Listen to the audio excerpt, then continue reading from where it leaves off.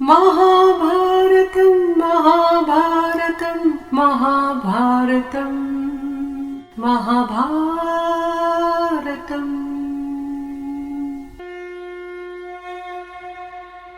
नारायणं नमस्कृत्य नरं चैव नरोत्तमं देवीं सरस्वतीं व्यासं ततो जयम् उदीरयेत्।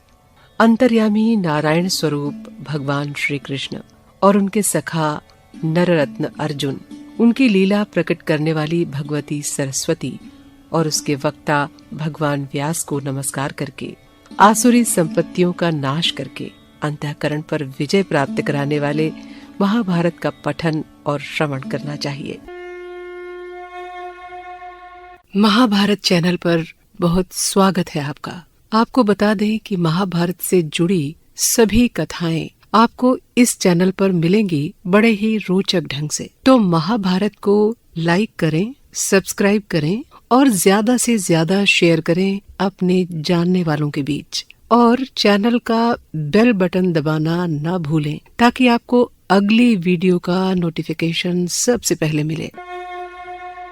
भार्गव, आपसे मैंने उत्पत्ति और प्रलय की आश्चर्यमयी कथा सुनी। अब मुझे कलयुग के विषय में सुनने का कौतूहल हो रहा है। कली में जब संपूर्ण धर्मों का उच्छेद हो जाएगा, उसके बाद क्या होगा? कलयुग में मनुष्यों के पराक्रम कैसे होंगे? उनके आहार विहार का स्वरूप क्या होगा? लोगों की आयु कितनी होगी? पहनावे कैसे होंगे? कलयुग के किस सीमा तक पहुंचने पर पुनः सतयुग आरंभ हो जाएगा? मुनिवर, इन सब बातों को आप विस्तार के साथ बताइए, क्योंकि आपके कहने का ढंग बड़ा ही विचित्र है। युधिष्ठिर के इस प्रकार पूछने पर मार्कंडेय जी श्री कृष्ण और पांडवों से पुनः कहने लगे, राजन, कलिकाल आने पर इस जगत का भविष्य कैसा होगा? इस विषय में मैंने जैसा सुना और अनुभव किया है वो सब तुम्हें बताता हूँ, ध्यान देकर सुनो।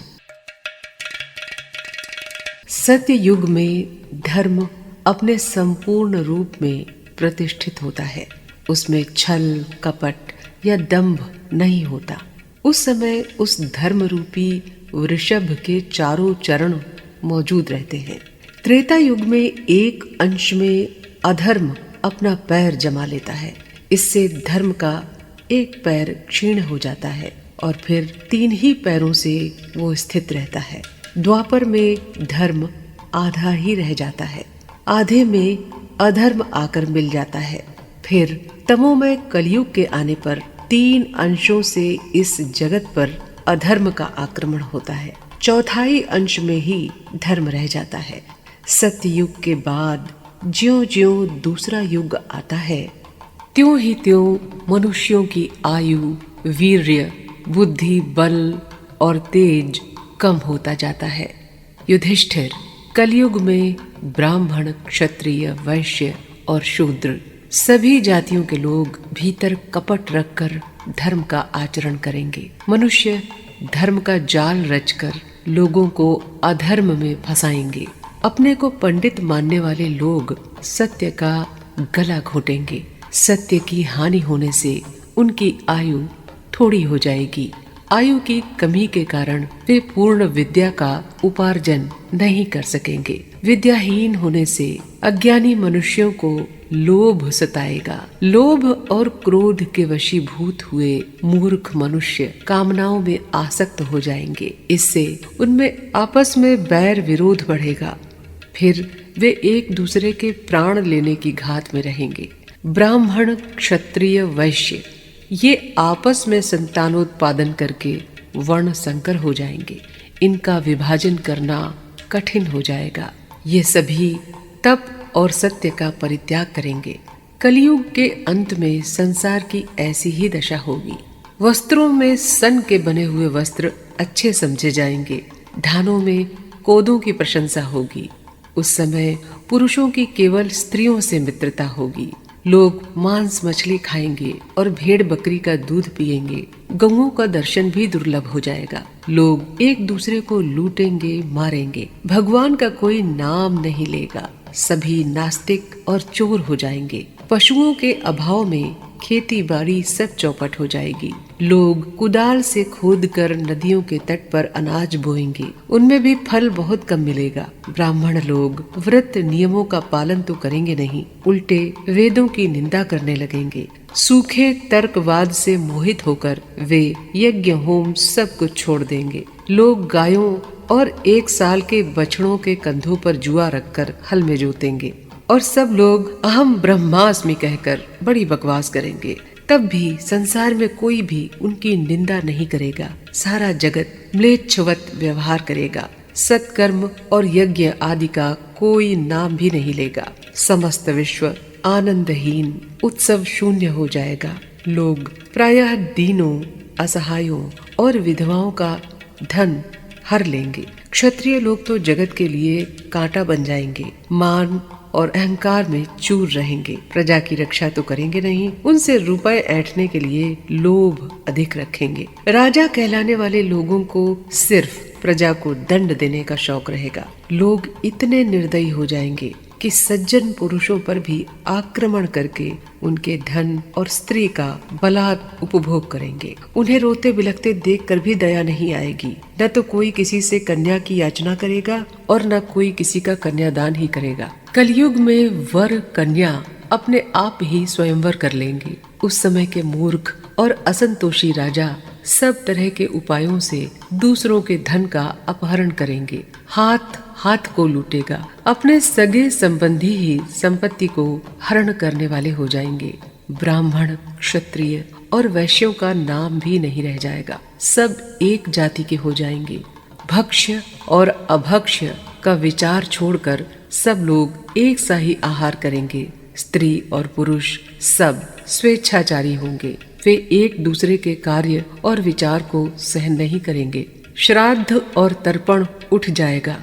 न कोई किसी का उपदेश सुनेगा और न कोई किसी का गुरु होगा। सब अज्ञान में डूबे रहेंगे। उस समय मनुष्य की अधिक से अधिक आयु 16 वर्ष की होगी। 5 ही 6 वर्ष की उम्र में कन्याएं गर्भवती होकर संतान उत्पन्न करेंगी। 7-8 वर्ष की उम्र वाले पुरुष स्त्री समागम करके संतानोत्पत्ति करने लगेंगे। अपने पति से स्त्री और अपनी स्त्री से पति संतुष्ट नहीं होंगे। दोनों ही आतुर रहकर पर पुरुष और पर स्त्री का सेवन करेंगे। व्यापार में क्रय विक्रय के समय लोभ के कारण सभी एक दूसरे को ठगेंगे। क्रिया के तत्वों को न जानकर भी उसे करने के लिए प्रवृत्त होंगे। सभी स्वभावतः क्रूर और एक दूसरे पर अभियोग लगाने वाले होंगे।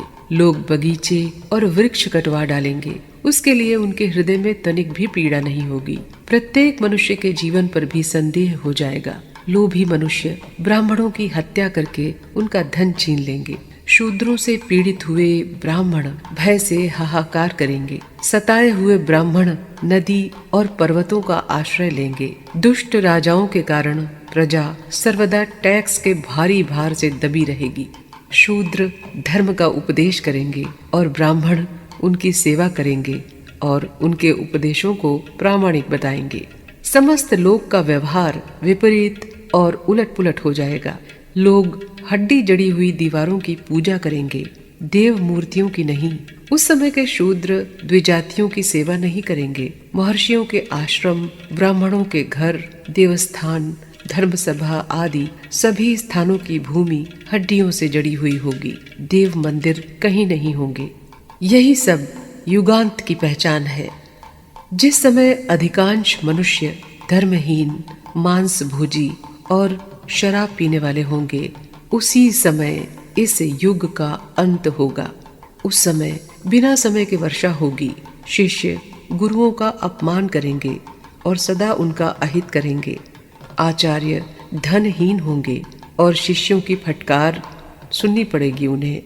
धन के लालच से ही मित्र और संबंधी अपने निकट रहेंगे। युगांत आने पर समस्त प्राणियों का अभाव हो जाएगा। सारी दिशाएं प्रज्वलित हो उठेंगी। तारों की चमक जाती रहेगी।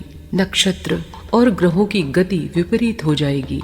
लोगों को व्याकुल करने वाली प्रचंड आंधियां उठेंगी। महान भय की सूचना देने वाले उल्कापात अनेकों बार होंगे। एक सूर्य तो है ही, 6 और उदय होंगे और 7 एक साथ तपेंगे, कड़कती हुई बिजली गिरेगी, सब दिशाओं में आग लग जाएगी। उदय और अस्त के समय सूर्य राहु से ग्रस्त सा दिखाई पड़ेगा। इंद्र बिना समय के ही वर्षा करेंगे, बोई हुई खेती उगेगी ही नहीं। स्त्रियां कठोर स्वभाव वाली और कड़वा बोलने वाली होंगी, उन्हें रोना ही अधिक पसंद होगा। वे पति की आज्ञा में नहीं रहेंगी। पुत्र माता पिता की हत्या करेंगे। पत्नी अपने बेटे से मिलकर पति का वध करेगी। अमावस्या के बिना ही सूर्य ग्रहण लगेगा। पथिकों को मांगने पर भी कहीं से अन्न, जल या ठहरने के लिए स्थान नहीं मिलेगा। वे सब ओर से कोरा जवाब पाकर निराश होकर रास्तों पर ही पड़े रहेंगे। कौवे, हाथी, पशु, पक्षी और मृग आदि युगांत के समय बड़ी कठोर वाणी बोलेंगे। मनुष्य मित्रों, संबंधियों तथा अपने कुटुंब के लोगों को भी त्याग देंगे। स्वदेश त्याग कर परदेश का आश्रय लेंगे। सभी लोग हा तात, हा बेटा, इस प्रकार दर्द भरी पुकार मचाते हुए भूमंडल पर भटकते फिरेंगे। युगांत में संसार की यही अवस्था होगी। उस समय एक बार इस लोक का संहार होगा। कालांतर में सत्य युग का आरंभ होगा। क्रमशः ब्राह्मण आदि वर्ण शक्तिशाली होंगे। लोक के अभ्युदय के लिए पुनः दैव की अनुकूलता होगी।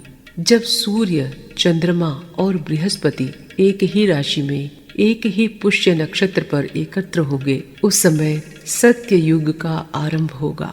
फिर तो मेघ समय पर पानी बरसाएंगे, नक्षत्रों में तेज आ जाएगा, ग्रहों की गति अनुकूल हो जाएगी, सबका मंगल होगा तथा सुभिक्ष और आरोग्य का विस्तार होगा। उस समय काल की प्रेरणा से शंभल नामक ग्राम के अंतर्गत विष्णु यशा नाम के ब्राह्मण के घर में एक बालक का जन्म होगा। उसका नाम होगा कल्की विष्णु यशा। वो ब्राह्मण कुमार बहुत ही बलवान, बुद्धिमान और पराक्रमी होगा। मन के द्वारा चिंतन करते ही उसके पास इच्छानुसार वाहन, अस्त्र शस्त्र, योद्धा और कवच उपस्थित हो जाएंगे। वो ब्राह्मणों की सेना साथ लेकर संसार में सर्वत्र फैले हुए म्लेच्छों का नाश करेगा। वही सब दुष्टों का नाश करके सत्य युग का प्रवर्तक होगा। धर्म के अनुसार विजय प्राप्त कर वो चक्रवर्ती राजा होगा और इस संपूर्ण जगत को आनंद प्रदान करेगा। वीडियो को समाप्त करने से पहले आपसे निवेदन है कि लाइक, शेयर और सब्सक्राइब करने के साथ ही कमेंट बॉक्स में अपने कमेंट्स जरूर लिखें। अपने कमेंट्स में आप महाभारत से जुड़ा कोई भी सवाल पूछ सकते हैं। तो मिलते हैं फिर अगली वीडियो में। तब तक के लिए नमस्कार।